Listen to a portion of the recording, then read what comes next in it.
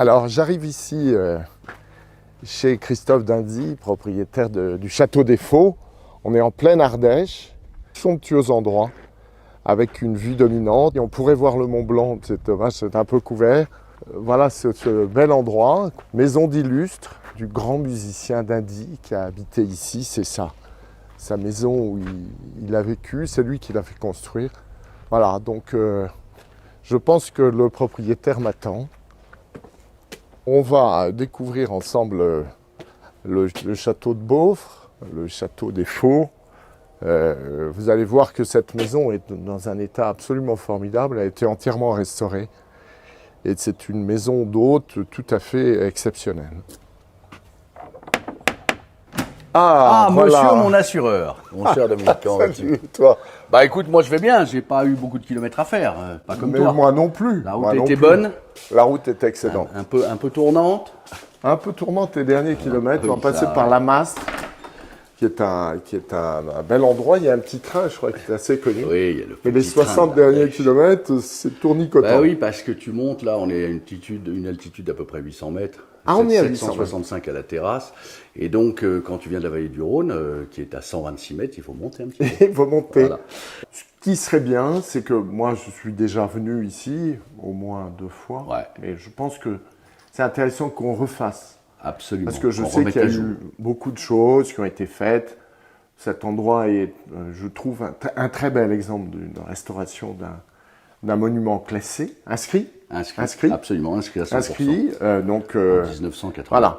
C'est même un bel exemple auprès d'autres propriétaires de montrer une restauration impeccable. On a essayé de refaire, je vous raconterai Ouais. l'histoire. Ouais, très bien. On va se promener, On je va vais se vous balader. montrer, et en même temps je vous raconterai l'histoire. On viendra là pour en parler. Alors là, vous avez les grands halls, vous voyez, qui ont été faits en granito vénitien. Ce granito vénitien, à l'époque, tout le monde savait le faire.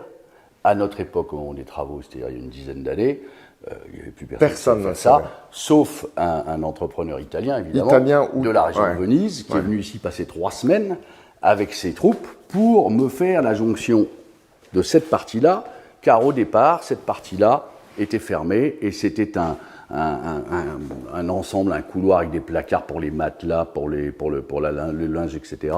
Il y avait de la terre battue au sol, il y avait une toute petite porte étroite, on ne pouvait pas passer de face, on était obligé de passer de côté, et c'était bien peut-être il y a 100 ans, parce qu'il y avait des gens qui s'occupaient des maisons. Maintenant, on est à une autre époque, on a changé de vie, et donc ceux qui s'occupent des maisons, c'est nous. Ouais. Donc Ouais. du coup, j'ai essayé de réaliser un copier-coller à l'identique de cette partie du D'accord. hall sur celui-là, en ouvrant, et en mettant les ogives néo-gothiques, en remettant un granito vénitien qui ressemblait le plus possible à l'origine, et c'est quand même pas trop mal réalisé, Très bien. et en y implantant les armes de la famille, au cas où les Pamplones récupéraient un fido jour cette fides. maison, ils se rappellent que c'était à nous. Les pièces de réception sont pratiquement toutes terminées. Il n'y a que le grand salon où il reste encore, qui est ici.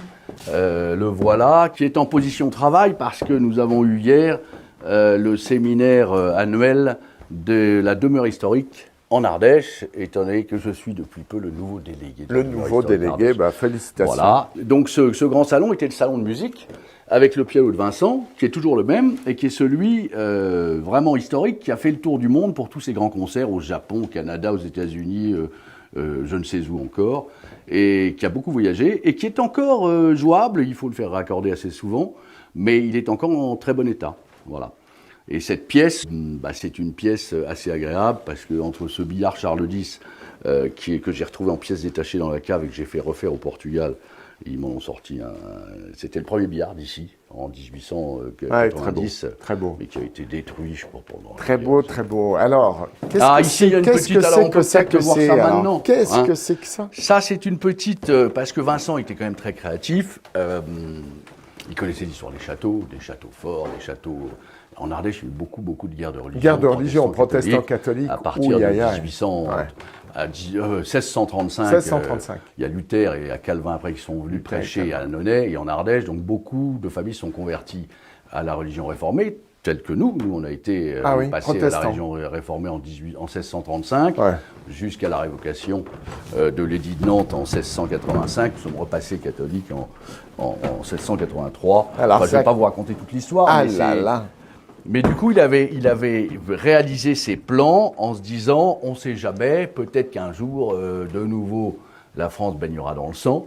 Qu'on n'espère pas. Donc une voie de sortie, quoi. Et donc c'était un échappatoire, un petit escalier secret qui est charmant, et qui est très bien fait et conçu avec ses contrepoids et qui descend directement. On descend alors. On va descendre, non? Ah bah. Vous faites attention, c'est quand même un truc un peu casse-gueule. Un peu casse-gueule. Et qui arrive directement à la chapelle, non? Dans la chapelle. Ah ouais. Exactement. Chapelle où, quand j'étais jeune, jusqu'à mes 15-16 ans, il y avait messe obligatoire tous les dimanches à 10h30. Les gens du pays rentraient par cette porte qui donne sur la terrasse. La famille était évidemment là. Nous, les enfants, on avait messe obligatoire. Mais on laissait rentrer tous les anciens. Et vous voyez, il y avait 20 places. Il n'y avait plus beaucoup de place pour les petits. Il n'y avait plus de place, du coup, on restait dehors sur la terrasse avec tous les cousins. Et pendant la messe, on allait jouer et faire les fous. Et on se faisait engueuler toujours, après chaque messe, puisqu'on faisait. Ouais, Vitrail, Saint-Vincent-de-Paul, bien sûr. Voilà, Saint-Vincent, parce que Vincent, bien sûr. Sainte-Élisabeth, parce que sa femme Isabelle. Sa femme s'appelait. Voilà. S'appelait Isabelle, et puis vous avez la sacristie à côté qui est restée dans son ensemble et qui a le confessionnal, ce maudit confessionnal. On avait obligation tous les mois de se confesser. Et donc, on était là, le curé s'appelait Monsieur l'évêque, il faut quand même le faire. Il avait un monocle et un bandeau noir sur un œil qu'il avait perdu. Il était très austère et très impressionnant. Autant dire, comme ça devant lui. Il fallait qu'on aille se confesser. Tous les mois, on se confessait et on devait avouer tous les crimes qu'on avait commis ici. Oh là là. Donc, on nous avait expliqué qu'il fallait absolument le faire, donc on le faisait. Et évidemment, lui, à peine sorti de la confession, il avait tout répété aux parents. Du coup, on se prenait des chassements mentales. Enfin, c'est un souvenir épouvantable, mais on y est tous passés. Alors que normalement, le secret de la confession, on n'en parle pas, tu vois. Et là, vous avez encore les meubles avec toutes les chasubles. Les chasubles, les tuniques, tout est plein, là. On pourrait redonner une messe... à l'identique, ouais. À l'identique. Il faut juste retrouver un curé avec un monocle. Ça, à mon avis, tu auras un peu de mal. Ouais, alors, en ce moment, c'est très compliqué parce qu'avant, on avait, je sais pas où sont passées les choses, on avait un curé par paroisse. Maintenant, vous avez un curé qui tient 25 à 30 paroisses. Donc, c'est pas... Alors, l'harmonium qui servait à jouer de la musique, sur lequel Vincent, évidemment, a joué. Et, où Mademoiselle Olombec venait terminer sa fausse voix. C'est exactement ça. Chevrotante. Voilà. Bon, très bien. Écoute, ça, c'est le côté religieux. Je vois que tu es resté d'ailleurs c'est un truc qui compte beaucoup pour toi. Absolument. Au souvenir seulement. Et après, on arrive dans les grandes caves. Les grandes caves qui sont les fondations. Parce qu'en fait, cette baraque a été construite sur une plateforme qui a été surélevée de 5 ou 6 mètres au moins. Ils ont d'abord fait les fondations et après fait la terrasse pour que la terrasse arrive au niveau zéro, quoi. Ouais. Mais du coup, on voit que c'est un peu bâti solidement. D'accord. Ouais. Ça, c'est très bien pour moi. Alors, le sujet un peu technique, donc en fait, ça teste d'installation pour le chauffage. Absolument. Tu as toutes les gaines, tu as tout ça? J'ai tout, exactement. Je vais même vous montrer, on va pas Montre-moi. Tout voir, mais je vais vous en montrer une assez marrante. On va mettre la lumière, j'ai raté, hop, voilà. On arrive dans une pièce qui avant était une champignonnière. Ils faisaient pousser les champignons de Paris, là. Et puis là, il y avait, c'était la pièce pour le développement de la photo, parce qu'à l'époque, c'était la photo était fondamentale. Ouais. Et la photo, on a gardé cette petite vitre, la vitre rouge, bien sûr, et son petit rideau tout pourri, son bac à liquide, là, je sais même pas ce qu'ils mettaient comme liquide dedans pour développer la photo. Pour développer, et on a fait toutes les gaines techniques d'arrivée et de sortie des eaux. Rouge, c'est évidemment chaude, bleu, c'est froid. Toutes les évacuations générales qui partent dans les zones d'épandage qui sont derrière la maison. Et puis tous les systèmes de chauffage et de distribution chauffage. Vous voyez, est-ouest, ça c'est les grosses. Non, c'est très bien fait, impeccable. C'est un truc qui est assez... c'est un sujet important. C'est un sujet important. La partie technique. Oui, c'est toujours de là que viennent les ennuis. Et voilà. Surtout les ennuis de dégâts des eaux, des assurances, des machins. Donc c'est quelque chose qu'il fallait soigner. Et on va aller voir le tunnel, parce que Vincent avait pensé au tunnel échappatoire Ah oui. qui sort par les caves et qui termine à l'orée des bois, derrière, en cas de fuite, pour pouvoir disparaître, pour pouvoir échapper à l'ennemi. C'était plus dans ses rêves, parce que c'était un grand créateur, un grand penseur. Oh là, j'étais un tout, moi. C'était un poète, que donc... Bon, alors là, il y a aussi tous les systèmes de gestion des eaux, des pressions, etc. Ouais. Accessoirement, la cave à vin. Et le tunnel, il est là. Et il ouvre ici. Alors, on va pas aller au bout, mais... Ah d'accord, carrément. Voilà. Et Ah, c'est bah, un dis vrai donc. tunnel sous la terrasse et qui sort derrière. Il y a un champ en contrebas avec la petite pièce d'eau, le petit étang. Il sort là et on fuit directement dans les bois, quoi. Il est très pratique pour le chargement, déchargement des caisses de bouteilles de vin, par exemple, Et en des particulier meubles, du vin, etc. ouais, c'est ce que je vois. C'est très pratique. T'as Voilà. des trucs pas mal, Mais d'ailleurs, c'est bien. ils avaient pensé à ça, ils avaient conçu ce truc-là. Et alors là, ça c'est bien protégé, donc tu as une petite Oui, bah protection voilà, électronique. voilà, parce que mes pas passer. assureurs m'imposent des choses Ouais, très importantes. Et ils ont raison, ils ont raison, parce qu'au moins on est tranquille.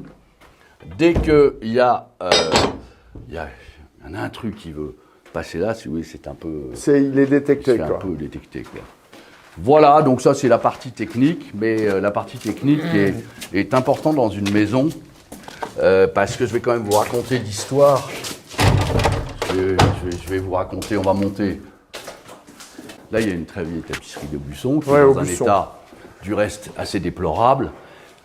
Je voulais la faire restaurer, on m'a absolument déconseillé, parce qu'on m'a dit que si jamais je la démontais de son cadre, elle allait tomber en charpie et que c'était dommage. Non, mais elle est très décorative, elle est très bien ici. Voilà, et j'ai mis un de mes bronzes préférés, qui représente nos amis assyriens qui ont détruit l'Empire de Rome et qui ont détruit l'Empire de César et la suite de César. On voit les armes de l'Empire de Rome ici. Ce sont les Assyriens qui ont mis fin au règne des Romains. Et cette sculpture est magnifique, son visage est exceptionnel. Vous le regardez dans les yeux, il vous fait peur, vous avez l'impression qu'il est vivant, qu'il va vous tuer.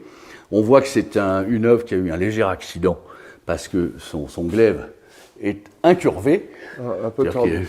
C'est probablement vautré par terre, mais elle est tellement belle que celle-là, je la garde à vie. Alors voilà le salon familial, si vous voulez, pas le grand salon, le salon qu'on adore. On a toujours passé notre vie ici. C'est la pièce qui attire. Dès que vous avez des gens qui arrivent dans cette maison qui ne connaissent pas, la première pièce où ils s'installent, c'est celle-là. Allez savoir pourquoi, les ondes doivent être très bonnes. C'est le salon qui s'appelle toujours le salon fumoir. C'était le salon des alcools et des cigares à l'époque, avec la cheminée et les feux de cheminée. C'est une pièce qui est très chaleureuse, moi je l'adore, et on va s'installer là pour discuter un peu de nos petites affaires liées à l'assurance. Eh oui, c'est très important. Ouais, très important, sachant que tu te rappelles comment moi j'ai récupéré cette maison. Je l'ai récupérée en 98 à la mort de mon défunt père, qui lui était malade. Hélas, il avait quelques maladies lourdes, mais il a eu un drame. Il y a eu un drame terrible, non pas en 99 pour la tempête, qui nous a beaucoup abîmé les bois, mais pas la maison, mais la tempête de 97. 2 ans avant. 2 ans avant, dans la nuit du 25 au 26 décembre, nuit de Noël quand même. Nous, on était venus passer Noël ici, on était repartis le 25 après-midi. Les parents sont tout seuls ici, ils couchent, hop, ils se couchent, ils s'endorment, et puis tempête monstrueuse qui nous a arraché la partie centrale du toit, qui est une partie de 900 mètres carrés. Derrière les alos, on ne la voit pas celle-là, c'est celle, parce que on ne dirait pas, mais cette bâtisse est assez grande en structure, elle fait 30 mètres de large sur 20 mètres de long. Ouais. Donc il y a 600 mètres au sol, 600 c'est assez gros. Et les 900 mètres carrés de toit sont partis dans le pré de devant. Et tout d'un coup, complètement arraché. Tempête, orage, monstrueux, c'était horrible. Les experts ont déterminé qu'il y a eu 300 000 litres d'eau qui étaient rentrés dans la maison cette nuit-là. Parce qu'il a plu à torrent. À torrent, c'était une tempête Cévenol, quoi. On est tombé un jour de tempête Cévenol monstrueuse. Et manque de peau, le lendemain, le 27 décembre, il fait -10. Oh. Donc les 300 000 litres d'eau sont transformés en glace. Et sont infiltrés partout. On vraiment tout carbonisé, tout cassé. Ça, je peux le dire, ça a tué mon père, qui s'en est pas remis, ce qui est normal, un coup pareil, c'était horrible. Ils avaient un contrat d'assurance à l'époque qui n'avait pas été remanié depuis au moins 25 ans. Très très mauvais. Bon, l'indemnité du sinistre qui a été récupérée par ma mère se montait, je me rappelle encore, à 325 000 francs. Bon, bah voilà, c'est comme ça. Donc, moi, j'ai été obligé de récupérer cette baraque en 98. Personne n'en voulait dans mes frères et sœurs. Puis, bon, je suis l'aîné, mais les autres ne voulaient pas en entendre parler. Il y avait tout à refaire, tout était détruit, tout était abîmé. Donc, j'ai récupéré ça malgré moi, mais enfin bon, j'avais cette mission, je l'ai prise en compte. Alors, tu vois, ce qui est dommage, c'est que on ne peut pas refaire l'histoire. Mais moi, tout ce que je dis sur ces sujets-là d'incendie ou de catastrophes naturelles sur des monuments comme ça s'appelle un sinistre majeur. Ah, oui. Oui, c'est pas un sinistre de fréquence, ça s'appelle un sinistre d'intensité.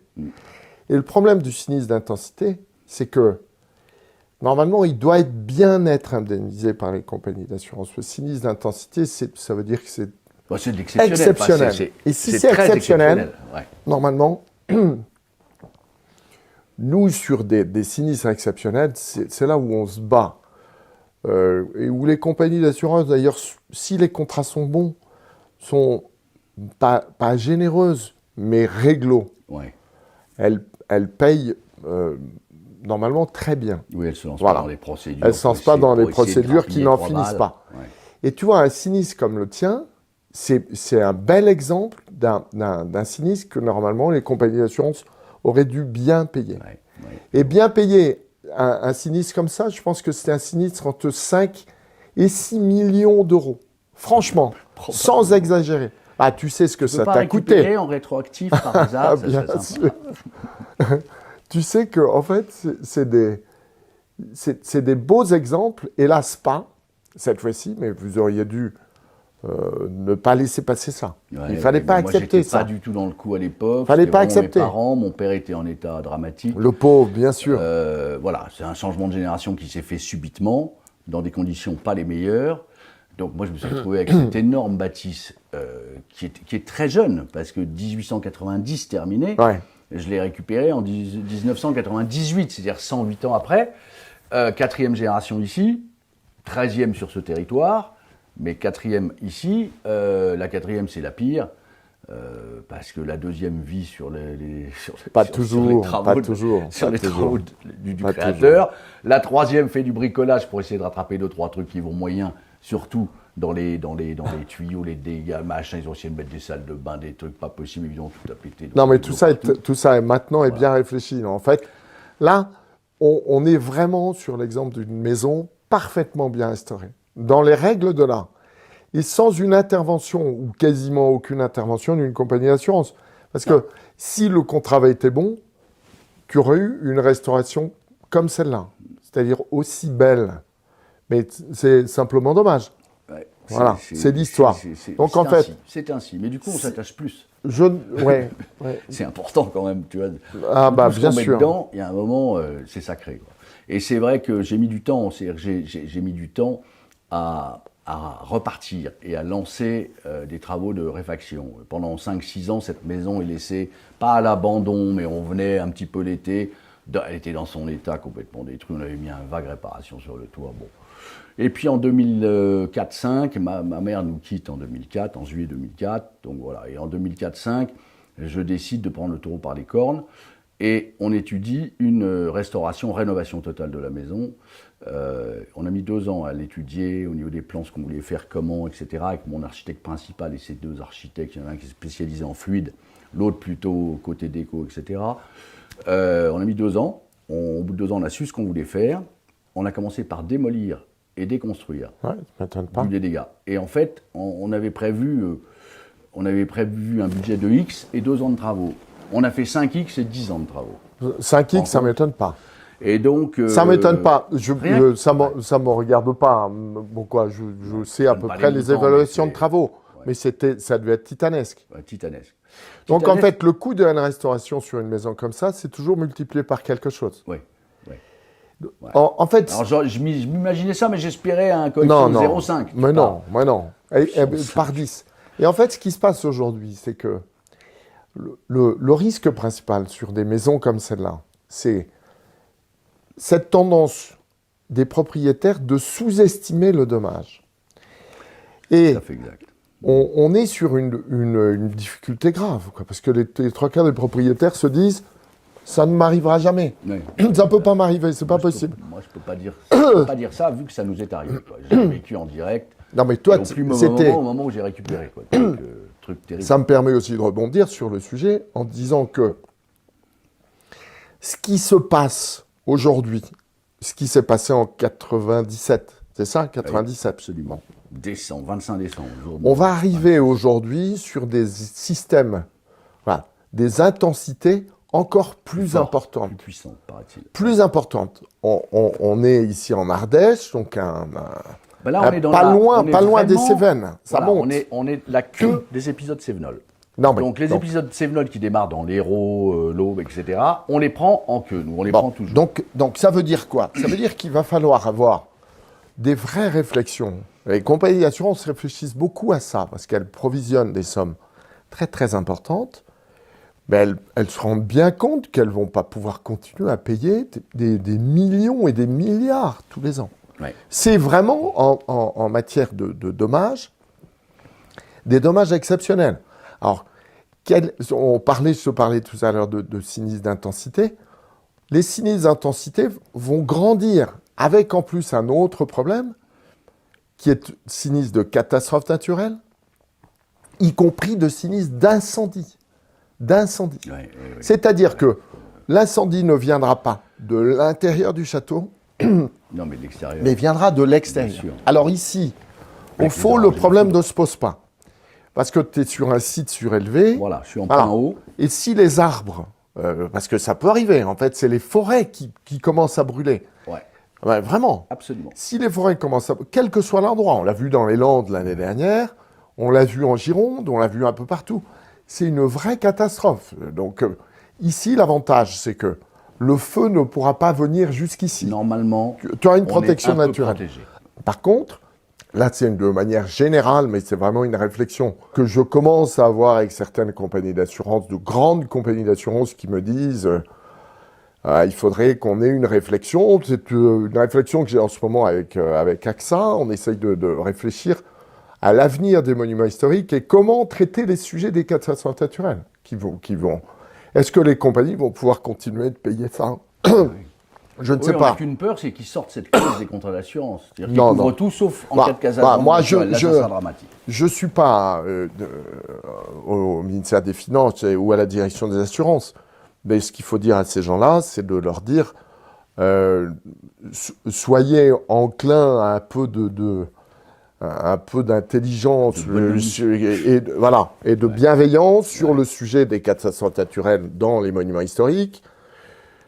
C'est du patrimoine. Quand c'est un monument inscrit ou classé, il faut vraiment qu'il y ait une vraie réflexion sur le sujet de tous ces monuments qui appartiennent à l'histoire de France. Ici, c'est une maison d'illustres, mais les autres châteaux sont des maisons d'illustres pour les villages, pour les villes, pour les régions. Regarde l'attachement aujourd'hui des châteaux, c'est absolument fabuleux. La population française adore ces châteaux, donc il faut les protéger. Et il faut donc qu'il y ait une réflexion de prise en charge de l'État, peut-être dans des proportions encore plus importantes, qu'elle n'impose pas tout le temps aux compagnies d'assurance de payer sur des sommes astronomiques, qu'elle participe, ou peut-être qu'il y a peut-être une chose à envisager, c'est peut-être d'augmenter cette taxe d'assurance qui est actuellement de 9%, taxe de catastrophe naturelle, peut-être de l'augmenter un peu, qui permettrait de provisionner dans des proportions importantes, sur toute une population, une indemnisation possible de ce genre de dommages. La France est à part entière un État souverain, mais il faut aussi qu'il y ait une réflexion en Europe sur le sujet. Il faut qu'il y ait une réflexion aux États-Unis. Il faut une réflexion sur... C'est un vrai sujet. La transformation climatique va entraîner et engager beaucoup de choses nouvelles. Ouais, mais bon. Alors, c'est pas nous qui avons décidé ça pour nos gouvernements, mais il y a un moment tout ça va être pris en compte. Oui, mais quel dommage. Mais c'est toujours en retard. On te voit en photo là avec Jacques Chirac. Tu pourrais pas lui envoyer un petit message en lui disant Jacques, pense à nous, essaye d'influencer notre gouvernement pour essayer de faire quelque chose. C'était un type extraordinaire. Non, mais bon, petit aparté, mais aparté très important. Et moi, c'est un message que j'essaye de faire passer auprès des compagnies d'assurance, qui a une réflexion d'abord d'intérêt général, et ensuite d'intérêt particulier, de dire aux compagnies d'assurance, vous voyez, en fait, les risques comme cela sont des bons risques. Quand tu as des petits sinistres, tu les prends en charge toi-même, tu ne veux pas m'embêter tous les 4 matins. Non. Tu as raison. Simplement, ce que je veux te dire, c'est que s'il y a un dommage important, tu as une couverture qui sera entre... Tu as une couverture, une limite contractuelle d'indemnité qui est à hauteur de 15 millions d'euros. Ouais. Ce qui est quand même déjà pas mal. Donc en fait, il faut que tu fasses attention à ce sujet-là. En tout cas, tu peux en parler à tes amis autour de toi, un peu partout, certains que je connais bien d'ailleurs, de leur dire, mesurez bien l'analyse de vos contrats d'assurance pour un monument historique et ne mégotez pas sur les montants d'engagement technique et la valeur de reconstruction. Reconstruire un truc comme ça, déjà à l'époque, je ne sais pas combien ça... Enfin, si je pourrais le savoir combien ça a coûté, on a encore toutes les factures d'historique, ça serait marrant, j'ai jamais fait le... Je pourrais regarder ça. Il faut les garder. Mais c'est vrai que reconstruire un truc comme ça à notre époque, c'est quelque chose de... C'est une œuvre presque monumentale, quoi, maintenant. Alors, c'est tout à fait possible. En fait, c'est tout à fait possible. Les compagnies d'assurance ont une grande compétence sur la reconstruction. Et les compagnies d'assurance sur des sinistres majeurs t'ouvrent toutes les possibilités qui existent, y compris des pertes d'exploitation. Si tu as une perte d'exploitation, tu as 2 ans de perte d'exploitation. C'est-à-dire que tu auras 2 ans de son chiffre d'affaires, qui est important d'ailleurs, c'est bien. Tu as une activité professionnelle très, très lucrative, qui marche, intéressante, bien, et ça c'est une très bonne idée. Et il faut simplement dire aussi à tous les gens qui font comme toi une activité à la fois privée et professionnelle, mais surtout professionnelle, de bien closer le sujet du juridique, de faire attention à bien prévoir des baux, des clauses d'assurance dans le bail, où tu renonces à recours contre toi-même, puisqu'il y a une clause d'intérêt commun. Tu es à la fois le propriétaire et à la fois le gérant de ta SAS ou SARL. Le gérant, enfin, un président d'une SAS. Mais... Président de SAS. Mais c'est vrai que pour les 2 cas, c'est moins alors, c'est le cas. Et ben voilà, donc on est sur une assurance pour compte. Et il faut que tu protèges toi-même contre toi-même. Bon, exactement. Ouais. Donc ça, on avait prévu ça, on l'avait envisagé. Non, on l'a déjà rédigé, me semble-t-il. Oui, on l'a déjà rédigé. Voilà. Mais il faut simplement que les choses soient bien faites, de manière extrêmement réglementaire. N'oublions pas que le contrat d'assurance, c'est une base juridique, c'est du droit. Bien sûr. Droit français, droit des assurances. Donc voilà. Si on veut que les choses se passent le mieux possible, il faut simplement qu'en amont, tout soit préparé pour que l'histoire de ton père, c'est infiniment triste. Mais bon, voilà, c'est comme ça. C'est toute une époque qui a disparu. Aujourd'hui, beaucoup de propriétaires ont anticipé la chose et ont prévu des contrats d'assurance très sophistiqués avec des compagnies qui peuvent le faire et qui ont cette compétence, même si c'est de plus en plus compliqué. Les compagnies n'aiment pas beaucoup les châteaux. C'est difficile. Je disais il y a quelques années qu'elle les détestait, et en fait, elle ne déteste pas les châteaux, mais elle trouve difficile une approche. Du coup, nous, on est à moi, je dois être le dernier des Mohicans, tu vois. Tu peux m'appeler par un prénom de Mohican, celui que tu veux, ça ne me dérange pas, mais je suis vraiment le dernier des Mohicans. C'est-à-dire que, à la différence des autres, je fais 5-6 000 km par mois, 5-6 000 km par mois, je vois 3-4 châteaux par semaine. Ben oui. Et puis donc, dernier Mohican, c'est celui qui, tu vois, qui est un... Moi, j'apporte la bonne parole à tous ces gens-là, pas comme le prêtre avec son truc sur l'œil, une catastrophe, et qui vous ait peur. Moi, je ne suis pas là pour faire peur, je suis là pour anticiper, dire aux gens, pensez à ça. Et il y a un peu de bon sens. Demandez à votre électricien de venir vous voir, de venir vous aider. Oui, tout l'art, c'est la prévention plutôt que le curatif après, quoi. Donc, il faut aussi... Alors moi, j'ai un truc très bien. J'ai un truc très bien, je ne sais pas si ça t'intéresse, qui est un petit système que j'ai là, qui s'appelle en fait c'est une caméra infrarouge. C'est une caméra qui fait de la thermographie infrarouge. Et c'est un truc génial, ça ne coûte pas très cher. tu peux déterminer où sont les souris et les rats? Absolument. Ah, je peux te dire tout ce que tu veux. Non, c'est un truc que tu... ça marche avec un Alors, laser, comment marche le truc, c'est une là petite machine de marque américaine. Ça vaut 800 € un truc, tu vois, donc c'est dommage. Et alors moi, ce que je recommande dans des 800. conférences... Les non, mais assureurs 800. pourraient nous en offrir Oui, un quand absolument. on signe un contrat. Ce serait Ça une serait bonne la idée. base, quoi. Oui, c'est vrai. Non, mais l'intérêt d'une thermographie infrarouge, c'est que ça te détecte tout ce qui est desserrage de cosse et trucs comme ça sur des armoires Ah, c'est électriques. pour l'électricité plus que pour Entre l'eau, autres je pour pensais que c'était l'électricité, pour mais l'eau. ça cherche Et- l'énergie. Donc D'accord. en fait, tu vois, si tu fais Là, ça, tu dois être hop, sur les ampoules, là. tu vois les ampoules, bah tu vois l'énergie. Montre-moi Si entre tu celle mets, qui est tiens, éteinte et celle qui est allumée. mets ta main derrière, tu vois, regarde ta main, l'énergie. Mais t'es un être plein d'énergie, ça se voit, c'est incroyable. Non mais, donc c'est vraiment intéressant. Alors, on voit, tu vois, tu peux deviner d'ailleurs s'il y a une part de plomb dans la peinture. Tu vois, c'est une petite machine très utile. Et ça va jusqu'à quoi en profondeur à travers un mur? Les murs d'ici Ah, ça, font je 80 sais centimètres pas trop. d'épaisseur. La donc, seule chose que je peux dire, c'est que moi, je suis pas un cadre de l'utilisation de ce genre de choses. Je sais simplement que c'est pratique. j'ai incité en fait un certain nombre de propriétaires à en acheter entre eux. Toi, ta famille, t'as 300 cousins à la ronde ici. Donc en fait, acheter On pourrait ensemble l'amortir. pour Si l'amortir. notre assureur ne nous l'offre pas, Une on va petite caméra être obligé infrarouge de l'amortir. Hein, et une petite caméra infrarouge achetée à plusieurs. Vous demandez à un électricien qui vous aide, qui vienne avec vous, ou qu'il en ait une lui-même, et puis bah, vous lui dites, tu vas faire, en fait, toi électricien, le tour de toutes les propriétés de la famille dans le coin, et puis bah, tu vas faire une vraie économie. Et les compagnies d'assurance vont dire, ah, ce monsieur Dindy, il est quand même incroyable. Il a et d'un point de vue préventif, il a tout prévu. Et le sujet, c'est le court-circuit.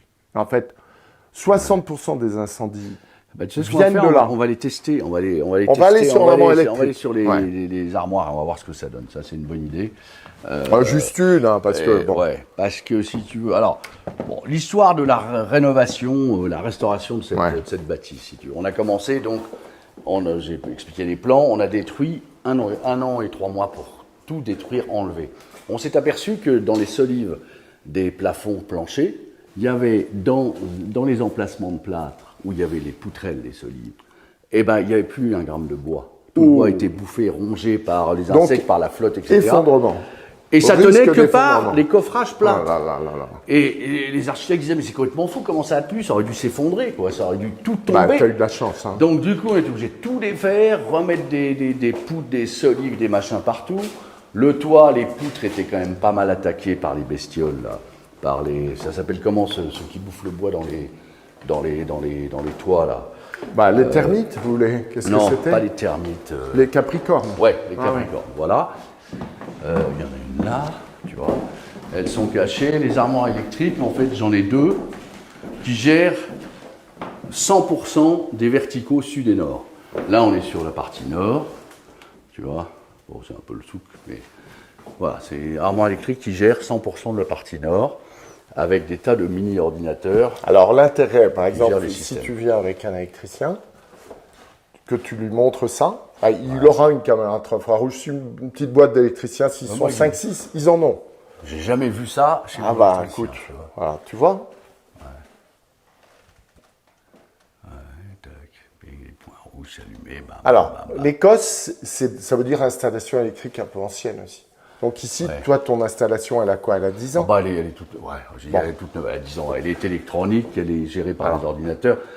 Je suis passé du câble tressé je sais plus, en il était en lin ou je ne sais quoi, Ouais. et des systèmes avec des plombs qu'on Ouais, mettait à la bah, main, Bien sûr, bien sûr. à ce machin-là, quoi. On a Avec sauté du des matériel étapes. qui était certainement du matériel Legrand, qui venait de Oh, Limoges. je suis incapable de te dire. Ça venait de chez toi? Bah, bien sûr. Ouais.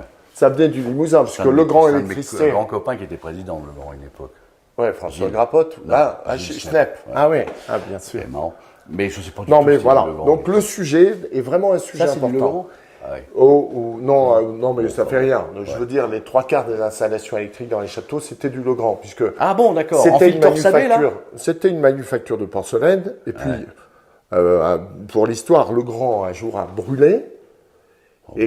Et après l'incendie, en fait, la famille Verspiren, mes associés, ont décidé, ont réfléchi sur le sujet. Qu'est-ce qu'on fait? Est-ce qu'on continue la porcelaine, qui était déjà un peu difficile? Et ils se sont dit, on va faire des boîtiers en porcelaine, mais des boîtiers d'armoire électrique. Alors, tu sais que j'en ai gardé quelques-uns que j'ai bien laissés sûr. pour l'histoire Et tu dans vois, les murs. le grand. Oh, j'ai pas vu. On regardera si on en trouve un. Deuxième entreprise, Attends, on va regarder entreprise du CAC 40. Regarder dans cette chambre. La seule entreprise de Nouvelle-Aquitaine dont le siège est en province, donc en l'occurrence à Limoges, c'est le siège de Legrand. Siège encore en province. Et Michelin à Clermont, les deux seules entreprises. Voilà. Non mais bon, pour la petite histoire, mais c'est intéressant. On regarde, viens voir, on va tomber dans une, on va voilà visiter une jolie des chambres. Ça c'est une des suites. En fait, ce château est maintenant découpé en 4 quarts par étage, 2 étages de réceptifs, chambre d'hôtes, chambre chez habitants, etc.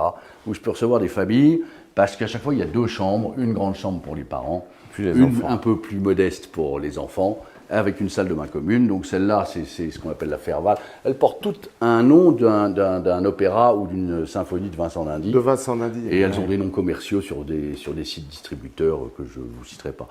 Et chaque suite est composée grande chambre, salle de bain, toutes différentes. Au premier étage, il y a les historiques, elles sont toutes thématiquement différentes. Il y en a une qui est plutôt Empire, Napoléon, une autre qui est plutôt Charles X, Louis-Philippe, celle-là qui est plutôt... Alors, venez voir, une baignoire, voilà, pareil. Et la petite chambre qui va bien, où les 2 enfants de la famille, voire le 3e dans le lit. Tu as vu le lit normand ou savoyard, je pense qu'il est savoyard celui-là, où on peut mettre un enfant qu'ils adorent aller coucher là-dedans. Et voilà, et j'ai des suites pour 4, pour 5, et j'en ai même une pour 7, peuvent être 7. Une famille avec 5 enfants peut débarquer. On monte au 2e, le 2e est traité au niveau schéma directeur de la même manière, mais au niveau décoratif très différent, c'est plus moderne, en premier sont les historiques, au 2e sont les suites familiales. Bien, on va aller voir. Alors, tu me montres là une chambre. Une chambre je passe devant, ne m'en veux pas, du 2e étage. 2e étage. Même principe, tu as une grande chambre dite pour les parents, avec un petit secours s'ils ont un enfant en bas âge. Il y a des lits bébés en plus s'il le faut. Et là, la petite chambre qui va avec, et qui est soit en 2 lits simples, soit en lit double, suivant qu'on ait 2 couples qui s'installent, ou bien une famille avec des enfants. C'est des trucs qui changent et qui varient très vite, quoi. Ouais, c'est très bien. Bon, très voilà. joli, tout ça. Et avec surtout, alors l'idée, c'est pas moi qui l'ai eu, celle-là. Très bonne idée. C'est pas moi qui l'ai eu, ça, mais on a, au lieu de mettre fermé avec des je sais pas quoi, ils m'ont mis une baie vitrée et qui a un apport énorme de lumière. Parce qu'en fait, tout l'art de la lumière, c'est d'avoir une lumière à 90 degrés. Eh oui. Voilà. Et donc, ça te permet de garder la lumière de la façade ouest et de choper la lumière quand même de la façade nord. Et on a une entrée de lumière, sinon ça serait très sombre. Ce qui serait intéressant aussi, c'est qu'il y a une bibliothèque intéressante et puis un peu le musée bas, de ton le bureau, ton ancêtre, oui, la petite pièce qu'on a gardée en musée bureau, qui est le bureau de Vincent d'Indy. Où il écrivait sa musique un peu. Absolument, c'est là où tous les matins, très tôt, à 5h, lever du jour, il se levait, il allait regarder sa vue du Mont Blanc avant tout, et il composait, ça lui donnait l'inspiration, il composait là-dessus, avec son piano, qui était complètement faux, absolument faux, et quand il entendait quelque chose d'à peu près plausible sur son piano complètement faux, il disait « Ah, c'est peut-être pas si mal ». Il descendait en bas sur son piano de concert, il jouait exactement la même chose, et il prenait ou il prenait pas. Mais c'est marrant, vous voyez, c'est juste là. Quoi, donc, très grand compositeur, d'Indy. Bon, ça, c'est pour les enfants, c'est autre chose. Et ah oui, ça, donc ton ancêtre ne jouait pas au baby-foot. Non, je crois pas. Mais ça existait peut-être déjà, va savoir, j'ai aucune idée. Alors, voilà la pièce bureau, musée de Vincent, qui est quand même la pièce la plus petite de tout le château. Mais c'était son nid d'aigle, c'était son truc, quoi. Puis il voulait pas être dérangé. Alors, donc c'est là où il préparait ses notes, son piano si complètement était fou, c'est celui-là. C'est le sien. Qui est toujours complètement dingue. Donc, mais voilà. Et c'était son ciel, voilà. Il composait là. Et il se mettait, évidemment, ici, face à la vue, pour... alors, les 2 fenêtres de côté d'où viennent les tempêtes sont fermées à cause des infiltrations d'eau. Ce que je vais vous raconter, quand même, cette pièce a eu c'est la pièce qui a eu le plus de dégâts. Du coup, il se mettait ici quoi, pour voir on n'a le pas Mont de vue Blanc. aujourd'hui, c'est orageux, on n'a pas de vue, c'est dommage. Sinon, le Mont Blanc est là-bas. L'Oisan, les deux Vercors, les deux barres du Vercors et l'Oisan sont droit devant. Et puis, quand on va vers le sud, il y a toutes les Alpes du Sud et le Ventoux qui dépasse tout seul. C'est assez. Le Mont beau, Ventoux. Et alors, cette pièce, elle est sous une petite tourelle de toit, indépendante, fermée, et qui n'avait pas d'accès. Et cette tourelle a trinqué beaucoup à la nuit des temps, puis c'est le truc qui n'a jamais été refait. Donc, quand on a refait tous les travaux, tout ça s'était effondré, partout par terre, enfin tout était détruit. Voilà. On a remis d'aplomb, on a essayé de retrouver quelque chose qui correspondait à l'époque et au style de ce bureau. Il a été refait, sympathique, il est facile, petite pièce. Et évidemment, depuis, en 2020 et 2021, ou 2021-2022... Gros dommage. Putain, 2 fois de suite, infiltration d'eau par la tourelle, on voit encore, il y a des tas de traces là, qui continue, mais ça on l'a traité maintenant. De nouveau le plafond par terre, tout par terre, etc. Ah bon On le refait une fois, un mois après, deuxième vague, tempête, c'est une autre, bam, tout par terre. Donc voilà, donc on a repris la tourelle complètement, on a compris enfin ce que c'était, parce qu'il fallait D'où ça venait, ouais. Voilà, et on a repris la tourelle, et maintenant, normalement, c'est étanche. Ce qui est tout à ton honneur. Mais c'est deux t'as sinistres. jamais fait de déclaration? Non, je n'ai pas fait de déclaration là-dessus, parce que c'était des sinistres de faible ampleur, enfin faible ampleur en coût économique. 5-6 000 euros, 10 000 euros? C'est ça, exactement. Et que les contrats d'assurance, pour moi, sont faits pour les gros clashs. Pour les énormes. Je te félicite, c'est tout à fait ça. Si tu vas déclarer des petits sinistres, j'allais dire, tu as des petits sinistres, c'est-à-dire à la con, petits sinistres, ta machine à laver qui a pété, Peanuts, ton truc, machin, faut pas faire ça. T'as un placo qui est tombé ou une peinture qui s'est salie. Tu vas avoir un nombre de sinistres colossal dans la compagnie, avec des sommes dédommagées ridicules vu les franchises, parce qu'on a des franchises colossales, donc ça sert à rien. Mais tu es marqué dans le dossier bien sûr, fichier assurance qui te dit voilà, celui-là. Oh là là, celui-là, on va peut-être le remercier. Hein, c'est bon. Exactement. Alors, tu te fais virer de ton contrat d'assurance pour 2 sinistres ridicules et tu ne retrouves pas. Donc, tu as du mal à retrouver. Ouais, moi, j'essaye de retrouver en ce moment. C'est très compliqué parce que, moi, je ne suis pas un expert en assurance, mais j'ai compris qu'il y avait très peu d'assurances qui couvraient nos compagnies d'assurance qui couvraient bien sûr, nos types de. Et c'est pour ça qu'il faut essayer, en effet, de les garder, quoi. Et les garder en faisant ce que tu fais, c'est-à-dire de ne pas déclarer des sinistres sans grande importance. L'assurance, c'est vraiment fait quand il y a un gros drame. Gros dommage. Un incendie. Gros dommage. Dégâts des eaux comme le toit qui se barre et tempête. Bon, ça, c'était nécessaire. Et puis le pire, c'est l'incendie. Le problème, c'est l'incendie. Oui, tu as tout à fait raison. Alors là, on voit donc Ludwig van. Alors là, tu as les 3 dieux de Vincent. C'était Dante. C'était Beethoven et évidemment Wagner. Wagner, la musique. C'était son maître. Il a copié du reste pas mal, je dirais qu'il a copié. Jamais en musique. Dante, pourquoi Dante? Et Dante, parce que philosophe, parce que italien, parce que sa toute première symphonie et son tout premier voyage c'était en Italie, où il a été à Rome, à Venise, à Milan et je ne sais où, enfin il s'est baladé en Italie. Et il a composé et créé, mais à 19 ans, sa première symphonie italienne avec 4 mouvements, Rome, Venise, Naples et puis, qu'est-ce qui me manque? Florence. Florence. Mais je ne sais plus dans quel ordre. Enfin, Venise, c'est le 3e, ça j'en suis sûr. Naples, c'est le dernier, donc ça doit être Rome, Florence, Venise et Naples, qui est une ravissante symphonie, qu'on a retrouvée ici, elle était originale, manuscrite.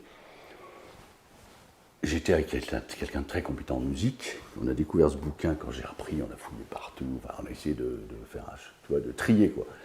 Et il me dit, mais tu sais ce que c'est ça? Je dis, bah oui, c'est un bouquin de musique, quoi. Ah oui, mais c'est très important. C'est une symphonie qui a été écrite par ton arrière-grand-père et qui est terminée. C'est marqué fin, à l'encre. Alors que la légende disait qu'elle n'avait jamais été terminée. On n'avait jamais retrouvé le manuscrit. Du coup, elle a été éditée? On l'a retrouvée en 2005. Et du coup. Et le type qui était là était chef d'orchestre et patron du conservatoire de Romans et d'origine arménienne. Et du coup, ni une ni deux, on s'est dit, pourquoi pas la faire éditer, 134 ans après sa création, 2005, et on va aller la jouer pour la première fois au monde, à Yerevan, en Arménie. Parce que c'était sa patrie, il était français, voilà. Et l'autre raison est que Vincent d'Indy est un des très rares citoyens français qui sont citoyens d'honneur arméniens. Il y en a 4, je crois, en France, c'est tout, depuis la nuit des temps. Citoyen d'honneur arménien parce qu'il a pris fait et cause pour les Arméniens pendant les 2 grands génocides. Du coup, cette symphonie, alors, est de tomber, elle est maintenant connue. Maintenant, elle est connue, elle est éditée, elle est jouée un peu partout, elle est reprise, c'est presque celle qui est la plus reprise maintenant, presque plus que sa Sévenol, qui est la plus connue. Symphonie Sévenol sur un chant montagnard. Oui, bien sûr. Qui est la plus connue. Maintenant, l'italienne est en train de rattraper sa Sévenol. Moi, j'ai le souvenir de mon grand-père qui était pianiste, qui jouait du d'Indy. Oui, bien sûr, à l'époque, oui. Une famille bordelaise, ils se mettaient sur son piano. Et alors, il préférait Bach, il préférait l'époque un peu plus ancienne. Et pour lui, d'Indy, c'était la nouveauté, la musique. Oui, c'est ça, on appelle ça musique contemporaine. Contemporaine, exactement. Et voilà, et d'Indy a été très très connu de son vivant. C'était vraiment l'équivalent d'un je sais pas quel chanteur mondial, mondial à citer maintenant, mais c'était un mondial. Et puis il est mort en 1931 à 80 ans. Et après il y a eu l'histoire de l'Allemagne, de Hitler, la guerre de 40. Et il est quand même pas mal tombé dans l'oubli. Il a été beaucoup plus connu de son vivant qu'après. Et là, il commence à ressurgir. Tranquillement, il est passé dans le domaine public en plus. Oui, bien sûr. Voilà, vous voyez que c'est pas tout à fait terminé. J'ai pas posé tous les tableaux. Ça, c'est son affiche d'Opéra Ferval, son plus grand opéra. Enfin bon, ça, c'est lui. Ah non, c'est Isabelle. Mais alors, il est où lui? Sur son lit de mort. Sur son lit de mort. Ah ben, il est là. Oui, il est là. Lui est là sur son lit de mort et son épouse Isabelle est là sur son lit de mort aussi. Ce sont des tableaux de Saint-Jean, du peintre Monsieur de Saint-Jean, qui est un peintre local, régional très connu. Mais ce sont des tableaux puissants parce que ils sont difficiles à regarder. Oh là là. Difficiles à regarder. Oui. Ouais. Surtout quand tu es un descendant encore. Oui. Hein, ça fait. Ouais. Moi, j'assure beaucoup de maisons d'illustres. Et tu devrais faire passer dans l'appellation maison d'illustres. Alors, c'est quelque chose, c'est en projet. Ça va être mon projet 2023-2024. C'est que j'ai découvert ça. Je ne savais même pas que ça existait. Je ne savais même pas que ça existait. J'ai découvert ça. C'est toi qui m'as glissé là-dessus, le reste. Et je l'ai fait vérifier par quelqu'un d'autre qui est dans l'administration, aux fonctionnaires. Qui dit oui, et vous tombez complètement dedans, vous pourriez. Exactement. Et si ça t'intéresse, je peux te donner les coordonnées de certains propriétaires qui descendent, souvent d'ailleurs de musiciens ou d'écrivains. Oui, ou d'écrivains ou de peintres. Claudel, Paul Claudel, la maison de Paul Claudel qui est dans l'Isère. Il est là. Il y a Oui, j'ai vu. Il est là, Paul. Voilà. Donc si ça t'intéresse, je peux te donner 3-4 propriétaires qui mettent en avant. Et c'est intéressant aussi. Ah, d'accord. Volontiers, parce que c'est un truc... C'est aussi l'histoire de la culture. Les maisons d'illustres, c'est très important. Voilà. Très bien. Tant qu'elle reste sur pied. Hein. Oui, tant que cette maison reste sur pied... on va descendre directement à la bibliothèque, qui est aussi une petite pièce en volume par rapport au reste de la maison. Et avec des choses intéressantes. Oui, il y a rien que l'odeur. L'odeur. Tu rentres dans cette pièce, ça sent le papier, le très vieux papier, quoi. Et l'odeur t'imprègne. Et puis il y a pas mal de choses, etc. Mais tu sais quoi? Elle a été refaite par mon père en 70, donc dans les années 70, donc. La texture murale, c'est pas ce que j'aurais fait, moi, j'aurais mis. C'était à cette époque, c'était la mode, c'était le machin. Alors, mais je l'ai pas refaite, celle-là. La protection des bibliothèques, ou des livres, s'il y a des livres intéressants, en général, il faut protéger avec du polyane au-dessus. Parce que, Bah oui. Pour l'humidité qui tombe? Pour éviter l'eau, si jamais il n'y a pas de pièce. Il n'y a pas une salle de bain au-dessus. Si, bien sûr. Et j'ai descendu le plafond et j'ai 1 mètre de plafond en moins, mais j'ai plein de conduits d'évacuation des eaux du quart donc là, sud-ouest. Il faudrait peut-être mettre un peu. On va regarder. Quoi, tu sais, moi, je sais pas si tu le sais. On protégeait des souris à l'époque. Ouais, mais je sais. Bon, maintenant les souris. Moi, ma formation initiale, c'est l'édition. Ah bon? Donc, bien sûr, je suis. On ne devient jamais assureur par amour de ce métier. Et tu sais écrire? J'écris, je fais des tas de choses. Et en fait, non, mais moi, quand j'arrive dans une bibliothèque, j'ai une émotion qui me gagne, tu vois. Bah, ce qu'on va faire, c'est qu'on va rentrer, Et là, puis on va te j'adore. laisser, on va t'enfermer. Ouais, passer, tu m'enfermes. tu vas passer un petit mois, tu vois. Et je reste 5 mois et je te dis, je Regarde. peux te Sans- répertorier. Bah sans oui. odeur, c'est incroyable. Bah oui, tu vas pouvoir me L'odeur reclasser du tout, papier, me en fait- reprendre tout, parce qu'il y a des trucs, je ne vais même pas regarder, enfin, tu vois. Là, il y a un ensemble assez marrant, enfin marrant, c'est pas le mot, c'est très ouais, très ça, c'est pénible à des- lire, ouais. mais ce sont tous les originaux 1795. voilà, tous les L'histoire. originaux, année par année, de l'époque de la Révolution, de Ah, j'ai eh pas, ben la voilà. Maison des Illustres, là, il y a le bouquin La vie des hommes illustres, Eh ben, ça, grec c'est et romain. fabuleux. Bon, grec et romain, c'était il y a longtemps. Hein. Ouais. Et là, tu as tous les Avec les dates. Oui. Comment ça s'appelle ça? C'est bouquin, j'appelle ça bouquin, mais c'est pas ça. Les types encyclopédies de tous les année par année des textes de loi qui sont sortis Ah ouais. de 92, 13, Eh ben. 14, 15, 16, 17. Voilà. Alors, C'est marrant. en fait, techniquement, ce qui est bien, c'est que la, Ouais, alors là, c'est un la peu tranche, protégé quand même. la tranche est là. Donc, Ouais. si ça coule, Ouais. elle risque peut-être de recevoir. Donc, pense à réfléchir à un truc. Polyane, c'est pas très joli. Ben, c'est moche. C'est moche. Pas très joli, c'est moche. C'est moche. Ouais, mais en attendant, C'est- ça protège. Ouais. Il y a, Ouais, faut oui. penser à ça. Alors, c'est surtout, en fait, des, Alors, la vraie des livres, bibliothèque de des Vincent. livres 19e. La vraie bibliothèque de Vincent qui était ici, Ouais. mais il avait des œuvres, des œuvres, Ah bon paraît-il, formidables. Sur la musique. Pas que sur la musique, Surtout sur Dante, tous les philosophes. Non, il était très, très, très érudit et il adorait tout ce qui était lecture.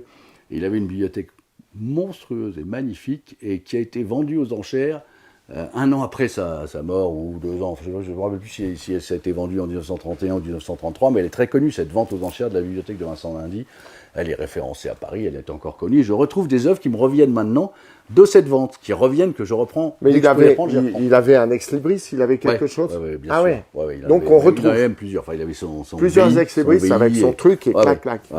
Ouais. Oui, on retrouve et puis tous les bouquins sont référencés. D'accord. Et donc Tous ceux qui ont été vendus à cette vente le tableau, sont c'est toi ah, qui ça l'as. c'est autre chose. Alors ça. Il est là, en fait. Ah oui, bah voilà, on le chercher cherche longtemps. partout, le monde entier le cherche, mais il est là. Voilà, il est là.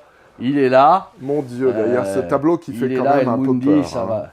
Salvatore Mundi. Et c'est ce tableau qui a fait polémique. Ouais, ô qui a combien. fait polémique parce Ouais. qu'il a été.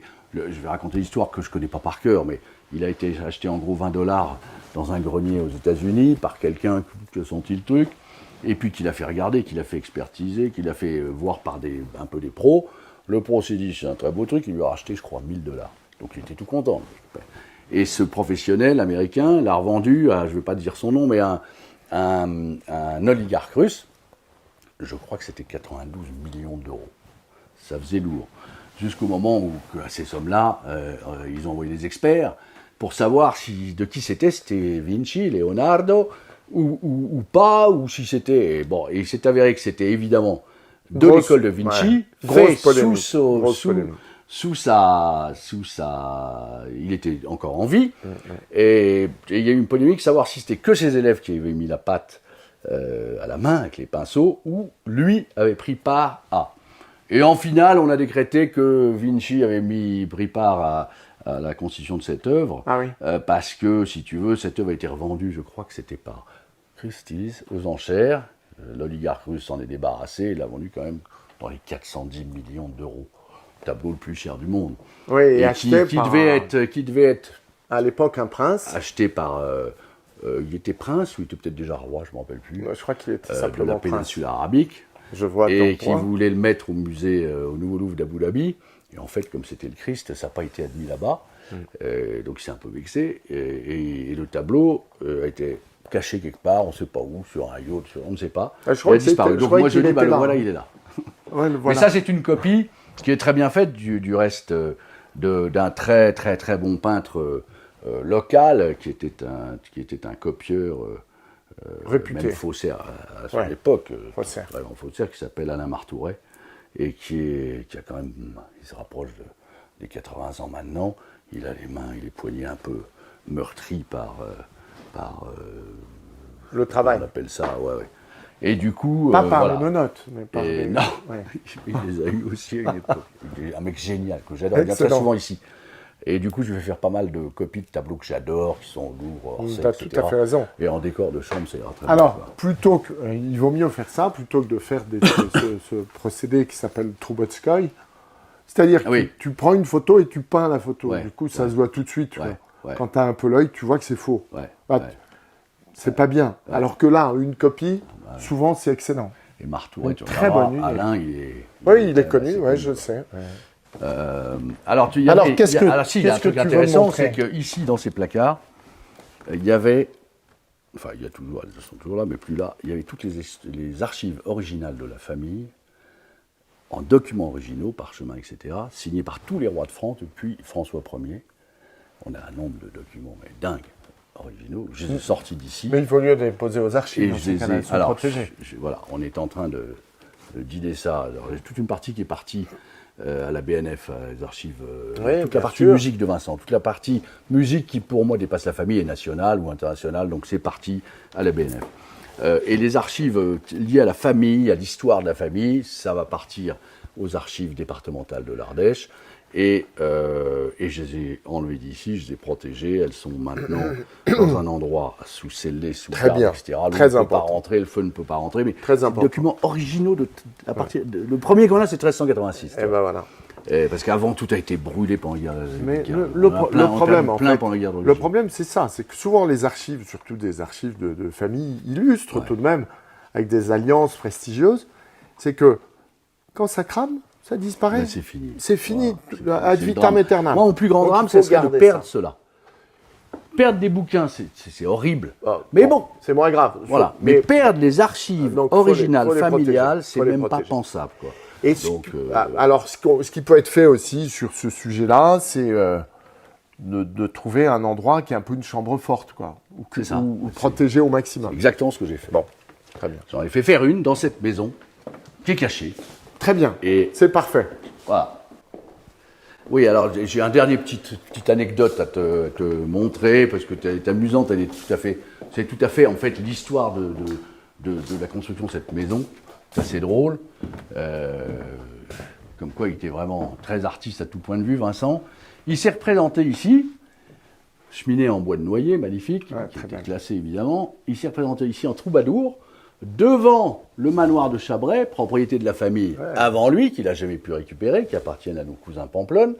Il avait épousé Isabelle de Pamplonne, sa petite femme, devant le château de Pamplonne, la forteresse de Pamplonne, forteresse de qui Pamplonne. est un peu plus au sud dans l'Ardèche, au-dessus dans le massif du Coiran.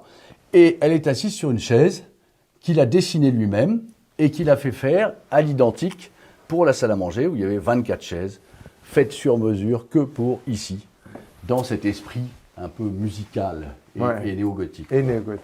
Donc c'est marrant, donc tiens, on va aller voir les chaises à côté, dans la salle à bien manger, sûr, tu vois, ouais. c'est marrant. Et donc voilà cette salle à manger qui a été refaite parce qu'elle était aussi bien détruite. On a essayé de trouver quelque chose qui correspondait à l'époque, à l'esprit de l'époque. Donc c'est du tissu qui vient évidemment d'Angleterre, tu vois. C'est les meilleurs. Ouais. C'est Et là, il y avait aussi somptueux. une cheminée qui est utilisée avec les fleurs de lys, qui est en bois de noyer, qui a été classée aussi au départ. Au départ, je crois qu'il y avait que les 3 cheminées et la rampe d'escalier, l'escalier qui était classé. Et puis après, ils ont classé. Alors voilà ces chaises pas très Et voilà, oui, confortables, alors voilà si, les très chaises, les confortables. fameuses chaises. Si, on est vachement bien dessus, moi j'adore. On refait, tu vois, tous les ans, je fais 3-4 maillages. mais, et ouais, on est pas mal. Et il y en avait 24, il en reste plus que 22. Il y en a 2 qui ont disparu, elles ont dû être broyées, détruites, je sais pas quoi. Et puis je fais refaire au fur et à mesure les petites crêtes, Dessus, là. un peu les fleurs de lys en bois, il en a partout, elles étaient toutes cassées, je les ai fait refaire, mais celui qui faisait ça à côté, tout d'un coup, il a disparu. Donc j'en ai quelques-unes encore en stock à faire faire. Dont mais j'ai pas ta chaise de bébé. la chaise de bébé. Elle est vachement de jolie. l'époque. Ah ouais, la De petite, la l'époque. vieille, là. Celle-là, elle est de l'époque, oui. Non, mais écoute, très bien. Merci de ce temps passé à m'expliquer en fait de nouveau la qualité des faux et vraiment la qualité des faux sans défaut. Ouais, c'est pas mal. Hein. Pas mal. Non, mais vraiment, comprends je pourquoi il était écrivain. trouve que cette maison est vraiment belle. Puis elle a une âme, l'âme de ton ancêtre. Probablement une âme, ouais. Vincent m'a dit, c'est quand Elle a même quelque probablement chose. une vraie âme, ouais. Quoi, moi, je crois beaucoup à l'âme des maisons. Donc, merci infiniment de ton accueil, de la bonne odeur de cette maison aussi. Il n'y a pas que le papier qui sent bon. Tu vois? Ouais. Mais moi, j'ai un don Une maison pour qui a des deviner ondes les et qui a, bonnes odeurs. a priori, des bonnes ondes. Ah bah tiens, voilà, t'en as un de tes vieux trucs, Ah ouais, mais des ça, prises Legrand. mais ça marche plus. Ah bah non, c'est en déco. Je l'ai laissé parce que de toute façon, sinon j'aurais eu un trou dans le bois. C'était arraché. Tout ça, c'est en bois et donc j'ai laissé pour l'histoire. Belle boiserie. Quoi. Donc, merci encore voilà. une fois. Merci infiniment. Merci d'être venu. Accueil. Merci d'avoir pris le temps de venir jusqu'ici du fin fond du Limousin. C'est quand même à 5-6 D'abord, c'est heures pas de le route. fin fond du Limousin, c'est le plein Limousin qui est le centre du Bon, monde. Tout le monde le centre sait. du monde, absolument. Et puis, comme ça, on va pouvoir retravailler un peu nos contrats, les Oui. réindexer, On est d'accord là-dessus, ça c'est en off, Oui. on pourra en parler effectivement entre nous à un moment donné. Je pense voilà, pour une réflexion générale, moi je trouve que la prévention est de qualité, fondamentale, mais ici tu as mis l'accent sur ce sujet-là aussi, donc c'est important. Peut-être ajouter un peu d'extincteur dans la maison. Ah, on les a pas vus, j'en ai. J'en ai vu, Je les ai cachés. J'en ai vu, mais C'est par moche, contre, donc, bien penser à les faire tous les ans. Tous les ans, ils visiter, sont vérifiés tous nickel. les ans. Ouais. Tous les ans, ils sont vérifiés. Et puis ensuite, peut-être réfléchir avec un électricien. En tout cas, l'électricité, elle est toute neuve dans cette maison, donc tu n'as pas besoin de la refaire. Non. Mais peut-être voir des trucs qui clochent encore, qui te semblent insuffisants. Donc demande à ton électricien de venir et de te couper éventuellement ce qui n'y a plus de raison d'être et qui risque peut-être de créer un dommage important d'incendie. Mais s'il n'y en a plus, c'est pas la peine. Non, je pense que. Paratonnerre, vraiment, parafoudre, parasurtenseur sur les armoires électriques, tu dois avoir des J'en ai parasurtenseurs. plein. Il y en J'ai a plein de parasurtenseurs, parafoudre de tous les impeccable. côtés. Donc, très bien. Paratonnerre, j'en ai 4 sur le toit. Et un beaucoup plus moderne, tout nouveau, surpuissant, que j'ai mis à 100 mètres d'ici, 80 mètres d'ici, sur un autre bâtiment un peu plus haut en altitude que nous. Parfait. De façon à ce que, d'après ce que j'ai compris, ça attire la foudre, ces machins-là. Donc si ça attire, je ne vais pas le mettre ici. Obligé de décaler. Oui, le mettre C'est à vrai côté que ça- sur une maison qui a moins de valeur, quoi. Voilà. Évidemment. Alors, il y a même des gens qui installent ça sur. Parfois, quand les arbres sont à proximité de la maison, Sur les mettre arbres. ça sur les arbres. Séquoia, par exemple. Moi, j'ai vu des propriétés où il y avait des systèmes de paratonnerre ou sur le séquoia. C'est-à-dire que ça attire encore plus. Alors, il y a plusieurs écoles. Mais le sujet mais est si ton important. séquoia part en morceaux, s'éclate en 4, comme j'ai vu ici, des sapins, ou des, je sais plus quel si, c'était des sapins. Ouais, S'éclater en 4 Des cèdres. et s'ouvrir. Ouais. Non, c'était pas tellement des cèdres, plutôt des sapins. Ou Des sapins. épicéas. Ouais, non, mais bon. Mais c'est incroyable la puissance de la foudre, donc. Ouais, il faut faire attention. Alors, il faut juste faire attention, mais anticiper, c'est prévoir. Donc, Oui. tu as anticipé beaucoup, tu as eu beaucoup de choses. C'est un peu dommage cette histoire au moment du décès de ton grand-père de cette catastrophe. Mon père, mais c'est bah, mon voilà. père, pas mon grand-père. Ton père, Ouais, ton père. Oui, exactement. Oui, Voilà. c'est comme ça. Et c'est Donc- comme ça qu'on s'attache aussi au bâtiment, à force d'avoir tellement Surtout œuvré, d'y tellement- avoir on est dépensé quand même aussi plutôt beaucoup très d'argent. attaché. Beaucoup d'argent. Oui, donc, accessoirement, oui, c'est exact. oui. Donc, bon. Bien que ça Donc, serve à quelque chose, l'argent. Oui, il faut que ce soit Non, utilisé je à bon plaisante, escient, mais bon, surtout sur un monument historique, oui. c'est très important. Voilà. Bon, écoute, merci beaucoup. Donc moi, je vais me repartir. Eh bien, écoute, bonne Reprendre route, ma merci, voiture. et rendez-vous, on verra où. Prochaine étape. Il n'y a pas de problème. On verra bien. À une réunion de l'Atman historique. Oui, c'est très probable. Tu sais que moi aussi, je suis aussi délégué de mon département de la Haute-Vienne pour les VMF. Donc, VMF, ça veut dire que je suis tombé dedans. Je suis tombé dans le patrimoine tout petit et j'arrive plus à m'en sortir. Et plus je prends de l'âge, on a le même âge, on est de la même année, Ouais, absolument. plus je m'enfonce dans le patrimoine qui est en train de me... Ben, tu ça vois, correspond m'envahir. beaucoup à notre. Ça correspond beaucoup à notre âge, si tu veux. C'est vrai qu'à 30-35 ans, tu t'occupes beaucoup moins du patrimoine. Tu as d'autres priorités. Absolument. À nos âges, je ne veux pas le citer, mais on va doubler. Hein. On est beaucoup plus proche du patrimoine et du souvenir et de laisser une trace existentielle de tout ce qu'on a pu construire, porter, refaire, etc. Oui, mais on espère durable. En même temps, je voulais dire ça aussi quand même, c'est que c'est une belle réussite. D'abord, tu es un un vrai maître de maison, comme peu Bon, savent merci. le faire. Oh, merci. Je t'assure que c'est vrai, je suis sincère. Donc ça, c'est la première chose.